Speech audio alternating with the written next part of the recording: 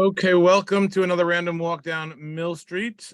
Today's topic is Elohim Tsebaot, removing the Sefer from the Teba, which is a small little part of the Spanish-Portuguese liturgy, easily overlooked.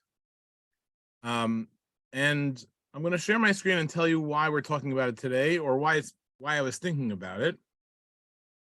And that is because of the Chazan, Daniel Chalfon. I don't know how many of you know Daniel Chalfon. Let's see here. How do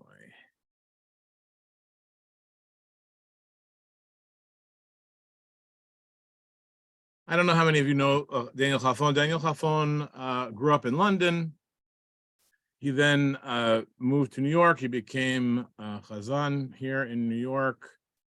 He also has served as Chazan, maybe in less lengthy positions, but on small engagements, both in Amsterdam and in London, and in the Yad Harav Nisim synagogue in Israel, and the Misgav Ladach Moroccan Minyan in Israel, in Jerusalem. He's a very well accomplished Chazan. He's a good friend of myself and my family.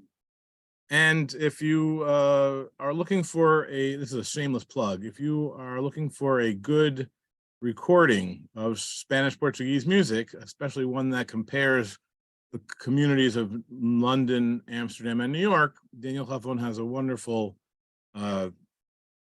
album, 2-CD set that is sold by Beit HaTfutzot.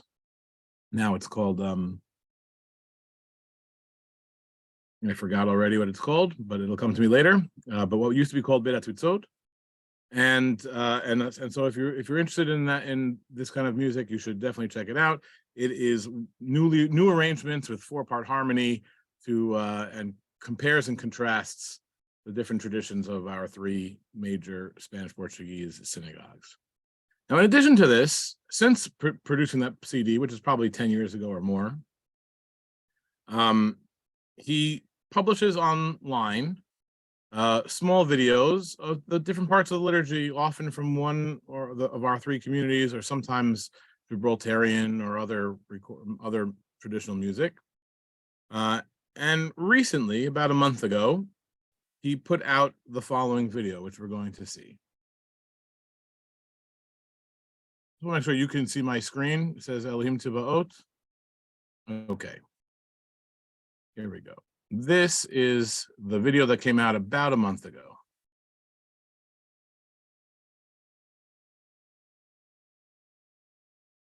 Elohim, Tsebaot hashibenu ha'et bnecha v'nivashea, en ka'el yishurun rochem shamayim be'ezrecha, o gavato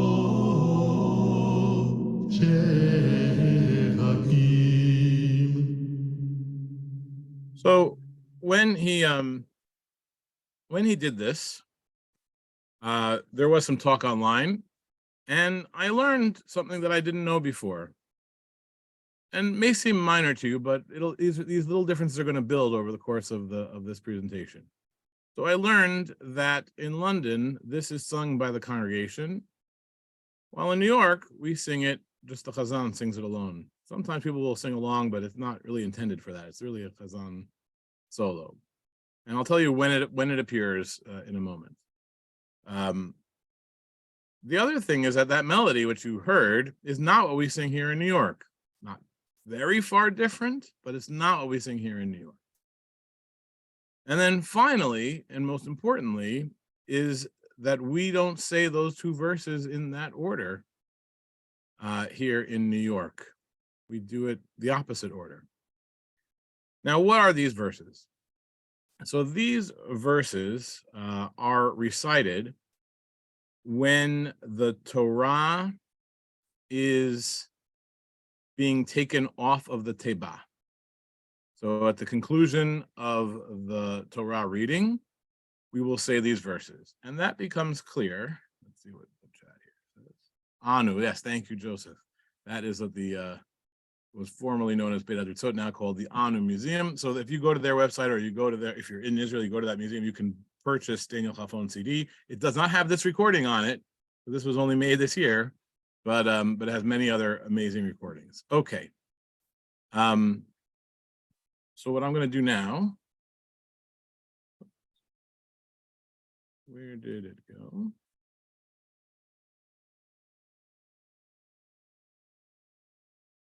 Is go back to share and show your screen and show you our Siddur. Okay. Sorry for the delay. Here we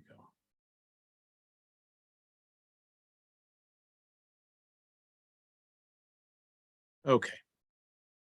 So if you can see my screen, then you are looking at the page in the Siddur of the David Disciple Prayer Book where this appears. And what I want to just do now is, I want to be able to see you guys. Okay. So you'll see after we read Torah, we come to the conclusion of the Mashlim, and then Kaddish is recited, Chatzi Kaddish. And then the Maftir is going to be read, and when you take away the Torah, Achar HaKriya LeMaftir Lokechin Et HaSefer Me'al HaShulchan, the Torah is taken off of the table, the Gololin Oto, and then it's wrapped up, the band gets wrapped up, and the cloak gets put back on, the belt gets put back on. These words are chanted. Omerin Elohim Tsebaot Hashibenu V'Ha'er Panecha V'Nivashea Ein Ka'el Yeshurun Chev Shammai B'Zrecha Ub'Gavato Shechakim, which is what Daniel read. But that is not what we do in our synagogue, because you have to follow this little tiny footnote. Little footnote 1. Ub'Ktzat Kehilot, in some congregations, and here David the Pool means here in Sheretz Israel, Omerim Rak Ein Ka'el. They only say the second line, Ein Ka'el Yeshurun. Ka'asher Korin Mesefer Echad. If you have one Torah being read, that is what is said. Ach Ka'asher Korin B'Shnei Sefarim. But if you have two Torah scrolls being read, let's say it's Rosh Chodesh, or let's say it's a holiday, and you have two Sefarim, then you recite Elohim Tsebaot, and then after the second Torah, Ein Ka'el Yeshurun. That is what the instructions tell you. And just so you can hear the difference in what Daniel Chafon did and what we do here. Let's see. Thank you, Annette. This is a recording of Bram Cardozo reciting this part of the service on Shabbat morning with instructions. So you'll hear him give some English instructions about when to say these verses, and then he'll sing them. And so if you are astute, and maybe we can go back and listen to it if you want to, you'll hear the differences in the melodies. Then after the parasha reading, if there's 1:7, we sing In Ka'el Yeshuru, Rocheb Shamayim B'Gezrecha, Ub'Gavato Shechakim. If there are two sefarim, after the completion of the reading from the first sefer and transferring to the second sefer, we sing the following words: Elohim Tsebaot Hashibenu V'Ha'er Panecha V'Nivashena. So that is an odd difference. Just to make it a little more confusing, these verses are known in Amsterdam, but they're also different there. So actually, before we get to Amsterdam, this is London again. I want to show you something that's interesting. Not only is we're going to go back and listen to Daniel again. Elohim, Tsebaot Hashibenu Ha'et Panecha V'Nivashena, אין כאל ישורון רוכב שמיים בעזרך, או גאוותו שחכים. So I don't know if you notice, but it's different. It's more straight. It's less musical than the one that Brahm did, the one that we do here in New York. But here is a recording of Chalfon ben Arosh, who was the late Chazan. He passed away last year, of Bevis Marks in London, and one of the teachers of Daniel as well. But listen to it; it's a little different. Adonai Elohim Tsebaot Shivenu, Ha'er Paneka Menimashea, En Kael Yeshurun, Rochev Shamayim Bezrecha, Ugavado Shechakim.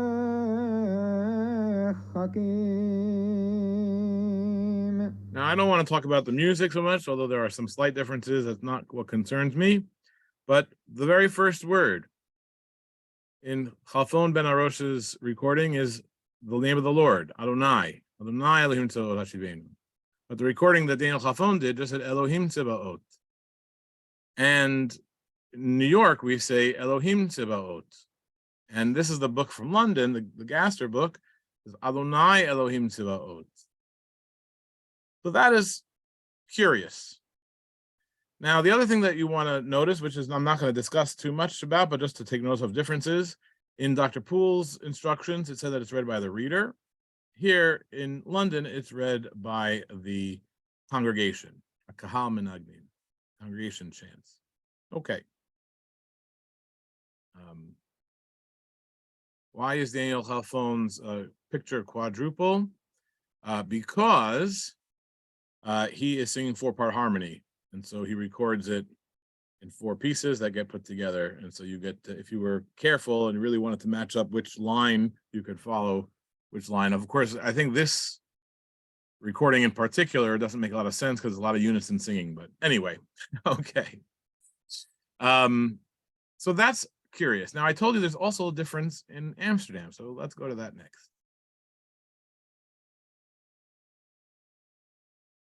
Oh, there we go. So this is from the Seder Chazanut of the Amsterdam community. It's a really wonderful website that's run by a fellow named Jaap Zondervan. And his instructions, I assume that these appear in the Dutch prayer book, but I could not find a copy in time for this presentation. So we're going to have to trust what he writes on the website. While the second or the third Sefer is put on the reader's desk and the previous one removed, the Chazan says, Elohim Tsebaot, Ein Ka'el Yeshurun. And we can listen to it. This is, I think this is Mr. Zondervan himself singing this. This is the way they say it there in Amsterdam. Elohim Tsebaot, Hashibel v'yapanecha v'nivashea, En Ka'el Yeshurun rocheb shamayim b'nezrecha, Ubchavato shechakim. Again, I'm not going to concern with the melody so much. It's basically very close to the New York one. And maybe this performance is a little less musical than Brahm, but it's essentially the same. But the thing that's different is that they don't recite any verses when it's just one Sefer. But when there's a second Sefer, or on those few occasions when there's a third Sefer, like Shabbat Rosh Chodesh Chanukah, or one of those rare occasions like that, then they recite both verses, one after the other, like it's written here, after the second Sefer and then after the third Sefer. So we have three communities reciting these verses, each one a little different. Some of the words are different, some of the order of the verses are different, some of the occasions are different. So not that you have to pay too close attention, but just to recap. In New York, when there's one Sefer, we say Ein Ka'el Yeshurun. When there's two Sefarim, after the first Sefer, we say Elohim Tsebaot. After the second Sefer, we say Ein Ka'el Yeshurun. Okay? In the case of three Sefarim in New York, you would say Elohim Tsebaot for the first and for the second, and Ein Ka'el for the third. Okay. In London, they say both these verses, even when there's only one sefer, in the order of Elohim Tsebaot and then Ein Ka'el. And they start, at least there's a difference in opinion in the recordings, but the prayer book has it that it says Adonai Elohim Tsebaot. So different language. And in Amsterdam, they don't say it at all when it's one sefer. They only say it when there's multiple sefarim. They say both verses together. So each community a little different. Now we'll read what Shem Tov Gagin has to say. He recaps the customs of London and Amsterdam. Minhag London keshugomrim kariyat Torah b'Shabbat umarim shliach tzibor sefer Torah meha bima. I don't know why he says bima instead of teba, but okay. Omer pasuk zeh Hashem Elokim Tsebaot Hashivenu. Hashem Elokim. That's the one that we saw in London. So he's telling you what's done in London. He says this verse Hashem Elokim Tsebaot Hashivenu Ha'er Panecha B'nei Vashea. And he tells you it's from Tehillim chapter 80, verse 20. Ube Amsterdam Omrim pasuk acher hadomeh lazeh. They say a different verse that's very similar. Elokim Tsebaot Hashivenu, not Hashem Elokim. Okay, we're going to talk about what these verses mean or where they come from soon. Shinoi acher. There's another difference between London and Amsterdam, and that is sheomrim pasuk shezacharna. They say this verse afilu shehotziu sefer Torah echad. They only, even when there's just one sefer, they say Hashem Elokim Tzebaot Hashivenu. And in Amsterdam, only when there's a second or a third sefer. Interestingly, Gagin does not mention Ein Ka'el Yeshurun at all, although it's printed in the book, just like this verse is, but he doesn't talk about Ein Ka'el Yeshurun. Okay. Now we'll take a look at what his commentary says. Chapasti b'chol hasidurim b'kadmonim shebiyadi limtso minhag amirat pasuk zeh v'lo matzati. I looked in all the old prayer books that were available to me to find where this custom comes from, and I did not find it. Even in the London Portuguese prayer books of the older ones, I didn't find it. Not in the Sidur Alexander, not in Halawa, not in Delevi, and not in Desola. Lo zachru pasuk zeh le'omro. Doesn't mention this verse. Rak b'Sidur Gaster. Only beginning Gaster. Gaster is the Sidur that was published in London around the turn of the century, around 1900 or so. Now, I checked this. I looked in the New York, in the American prayer books, the Leaser also doesn't print them. And I checked some of the older London ones as well, also doesn't print them.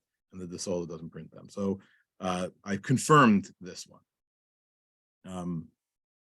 V'ulai yitaken lomar. It's possible that Kilifanim hayashagur b'fiem. It was so automatic to say these verses when they took out the Torah, they didn't even bother printing it in the prayer book. It was just something that the Chazan did, and they didn't bother printing it. So he says. So he theorizes about why it doesn't appear in the older versions. And now he says something interesting. V'lo yadati eich nitchalfu elu hapsukim bein shtei ha'edot London and Amsterdam. I don't know why they have the differences between London and Amsterdam.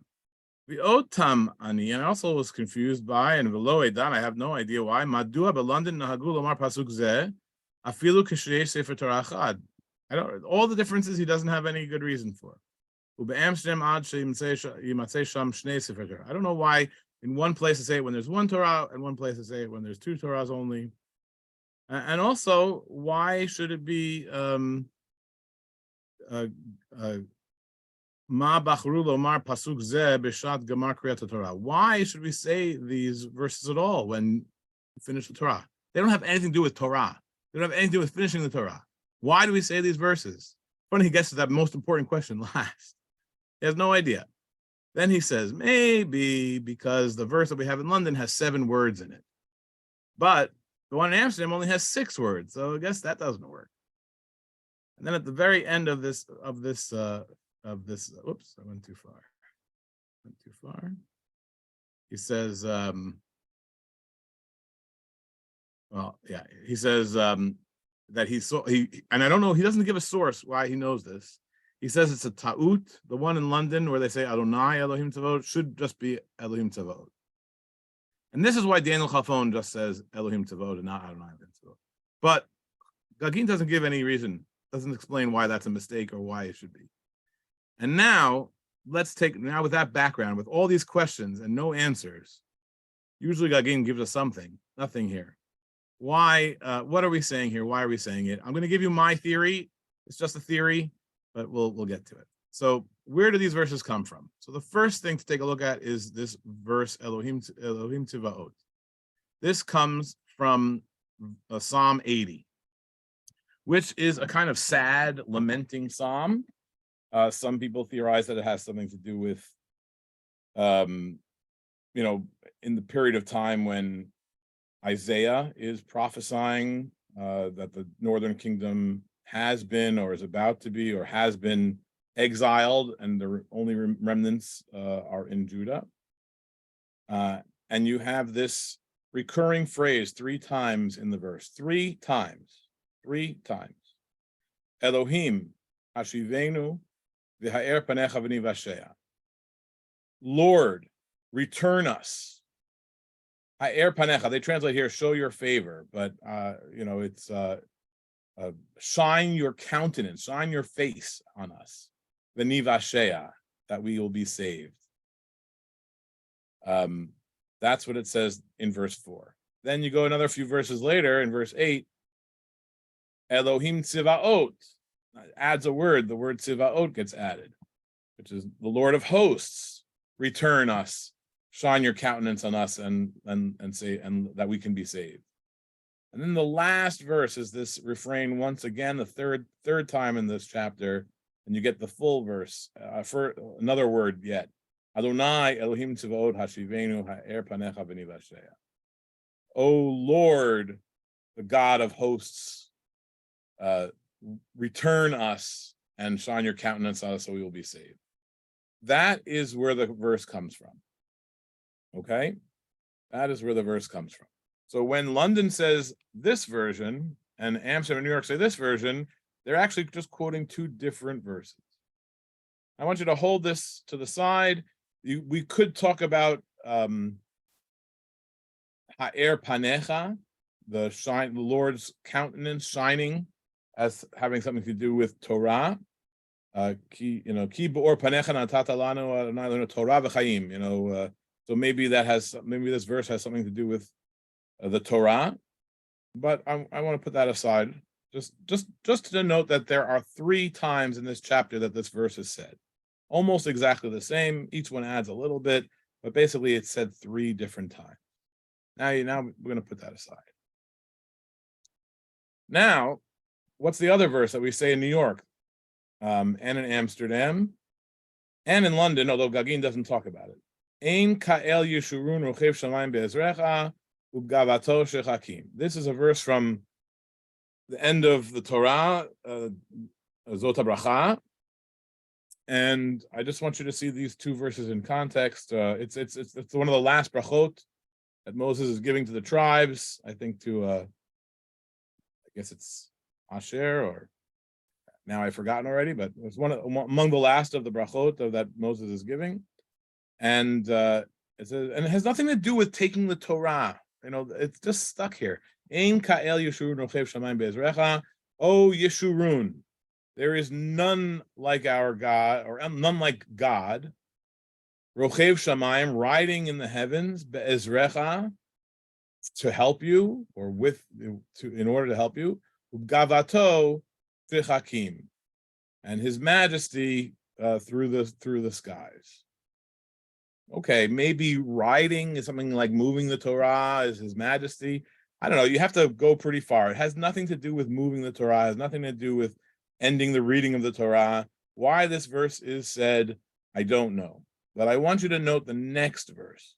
Mingona Elohei Kedem. This is a bad translation. I mean, it's a hard verse to translate, but the ancient God is a refuge. Me'ona is like the temple. Me'ona is like the temple, or God's dwelling place. Elohei Kedem, God's ancient, the ancient God's dwelling place. Umitachat zroat olam, supporting his arms support forever. Vigaresh mipanecha oyev vayomer hashmed, and he drives the enemy out in front of you and says, destroy it. It's a very confusing pasuk. It has nothing to do with Torah either, but I'm going to explain to you why you note the two verses together in a moment. So each of the customs is different, and we have no idea why these verses are said.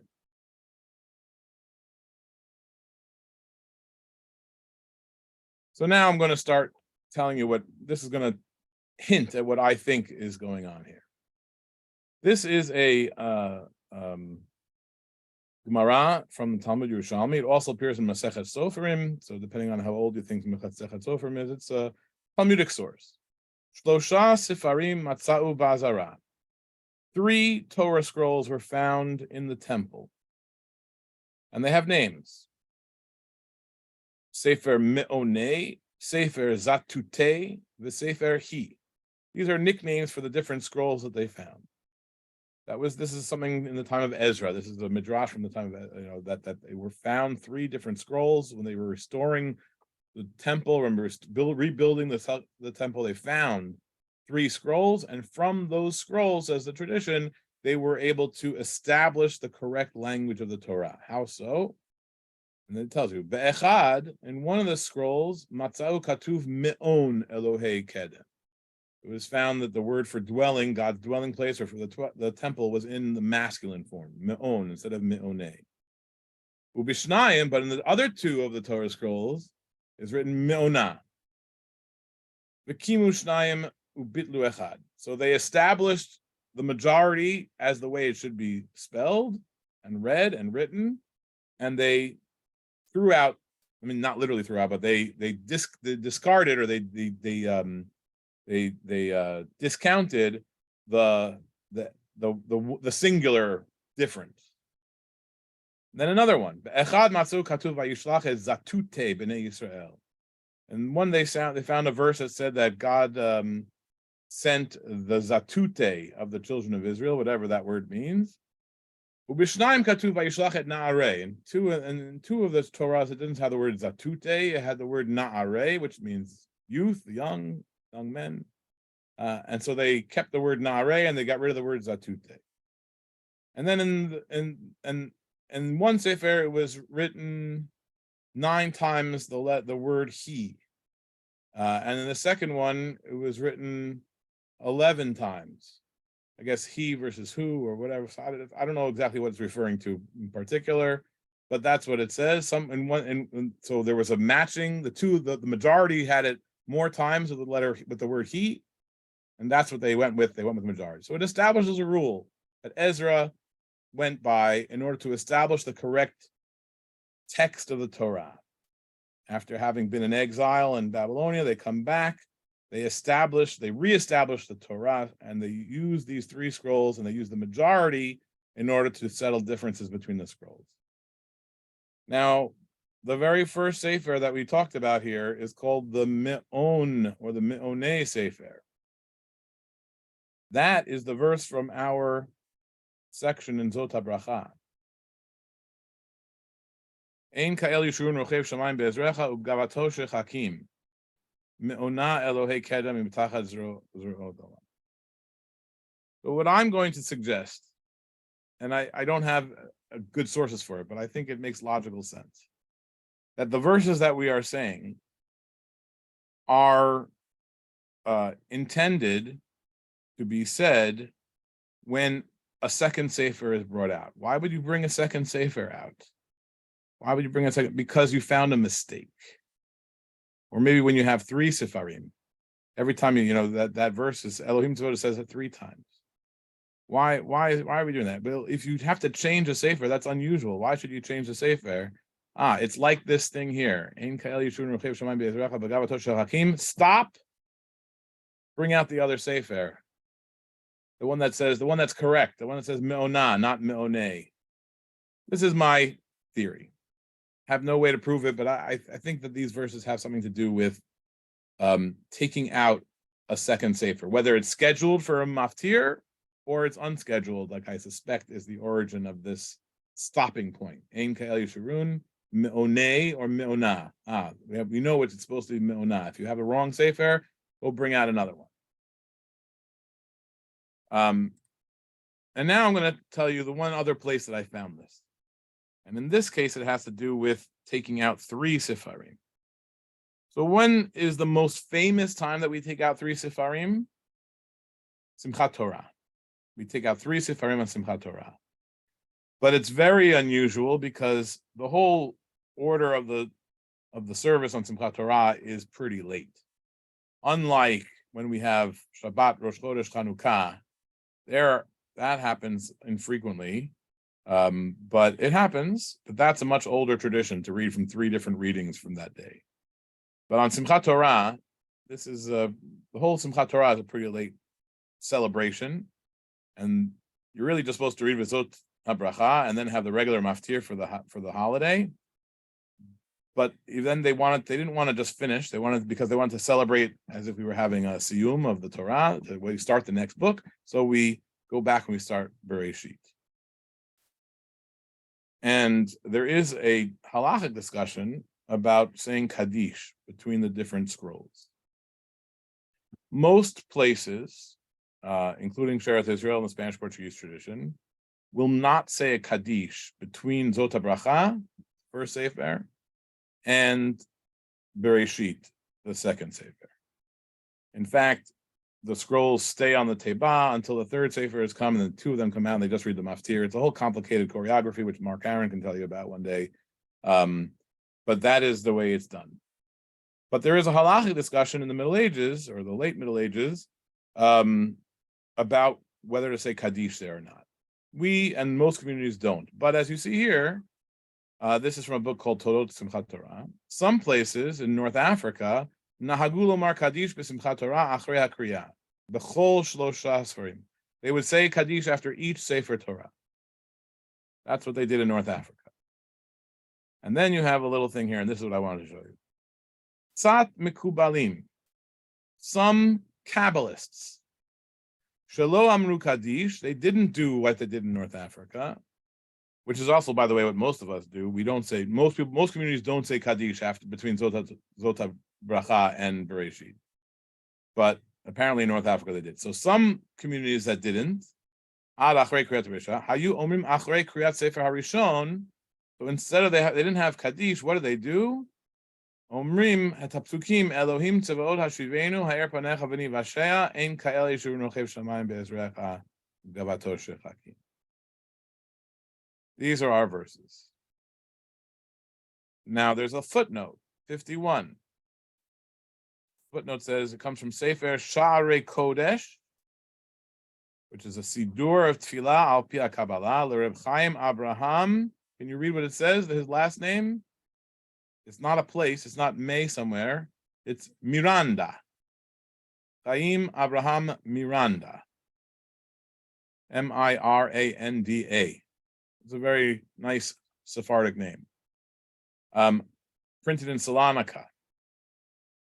And I suspect that this custom that he has found, the author of this book, is not just for Simchat Torah. I suspect that Miranda was using the Spanish-Portuguese Nusach, and after the changing of the Sefarim, they say those verses, just like in Amsterdam and in London. That's my suspicion. But it did occur to me that maybe this is also something to do with 3 Sefarim, because that verse, Elohim Tsebaot, appears 3 times. And why should they have a different verse in London and a different verse in Amsterdam? And this is pure speculation. You don't have to buy it, but perhaps there was once a time when after one Sefer, they would read the first verse, but after the second Sefer, they read the second one. After the third, they would read the third. But who knows? The origin of this custom is completely unknown. The verses have their meaning has no rational connection to taking the Torah off of the Teba.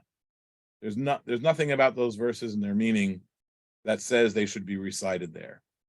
Daniel Chalfon, when he posted his video, he says the Spanish-Portuguese tradition is so musical that they don't like to have any quiet moments. So even when you take the Torah off the Teba, they throw in some things to sing. Okay. I don't know. It's a very specific thing. So that is my presentation for you. We're left with a lot of questions, but let's just, before we finish the presentation today, let's listen to it one last time. So next time you come to the synagogue on Shabbat or on a holiday, and they finish reading from one scroll and they take out a second one, or they just finish the one scroll, they're ready to take off the Teba, you will hear this. Then after the parasha reading, if there is one sefer, we sing In Kael Yeshuru Rocheb Shamayim Be'ezrecha U'Gavato Shechagim.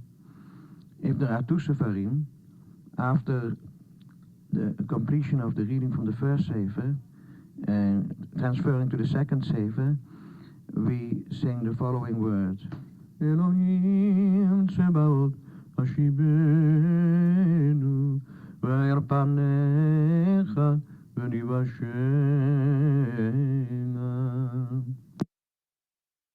That's my presentation for you tonight. Yes, that's Gagin, Claude. That's the Keter Shem Tov is Shem Tov Gagin from London.